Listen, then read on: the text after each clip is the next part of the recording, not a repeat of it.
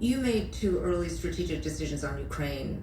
The first, because of that fear of direct conflict, was to restrict Ukraine's use of American weapons within Russia.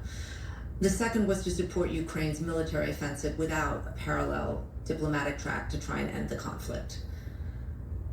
How do you look back on those decisions now? So, first, if you look at the trajectory of the conflict, because we saw it coming, we were able to make sure that not only were we prepared and allies and partners were prepared, but that Ukraine was prepared.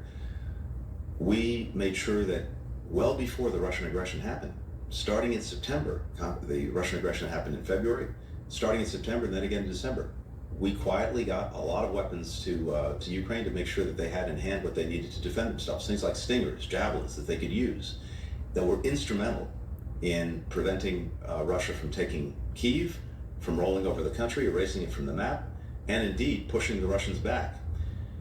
But I think what's so important to understand is at different points in time, people get focused on one weapon system or another. Is it an Abrams tank? Is it an F-16? Is it an ATACMS, a missile?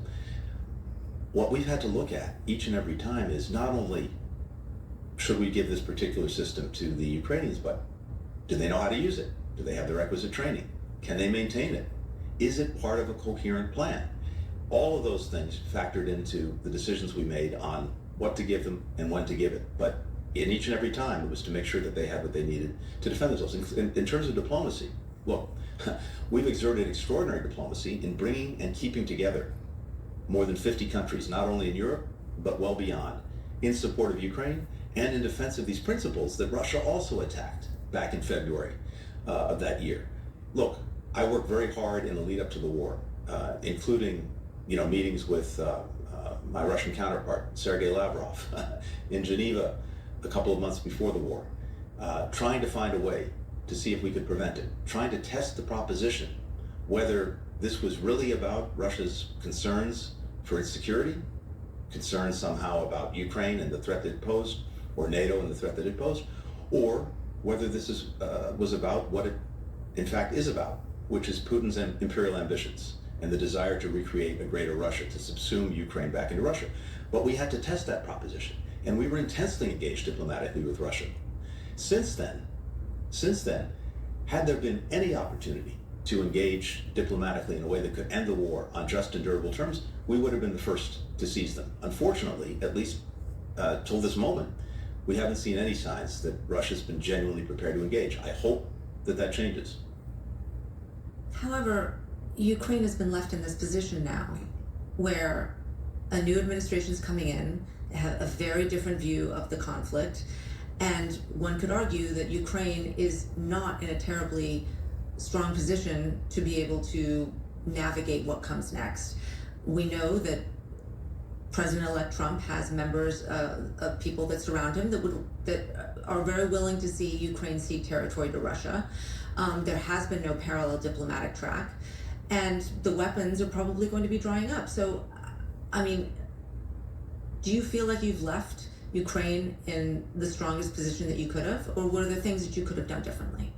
Well, first, what we've left is Ukraine, which was not self-evident, because Putin's ambition was to erase it from the map. We stopped that. Putin has failed. His strategic objective in regaining Ukraine has failed and will not succeed. Ukraine is standing, and I believe it also has extraordinary potential not only to survive, but actually to thrive going forward. And that does depend on decisions that future administrations and many other countries will make.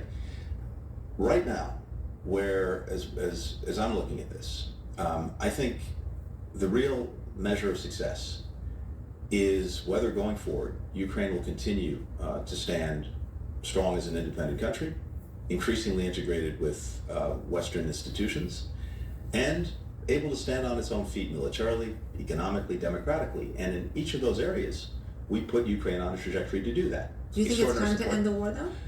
These are decisions for Ukrainians to make. They have to decide where their future is and how they want to get there. Where the line is drawn on the map, at this point, I don't think is fundamentally going to change very much. The real question is, can we make sure that Ukraine is in a position You to mean move forward you strongly. mean that the areas that Russia controls you In- feel will have to be ceded? Ceded is not the question. The question is the line, as a practical matter, in the foreseeable future, is unlikely to move very much. Ukraine's claim on that territory will always be there. The question is, will they find ways, with the support of others, to regain territory that's been lost? I think the critical thing now going forward is this: if there is going to be a resolution, or at least a near-term resolution, because it's unlikely that Putin will give up on his ambitions.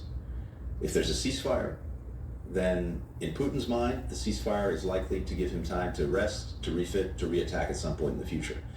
So what's going to be critical to make sure that any ceasefire that comes about is actually enduring is to make sure that Ukraine has the capacity going forward to deter further aggression.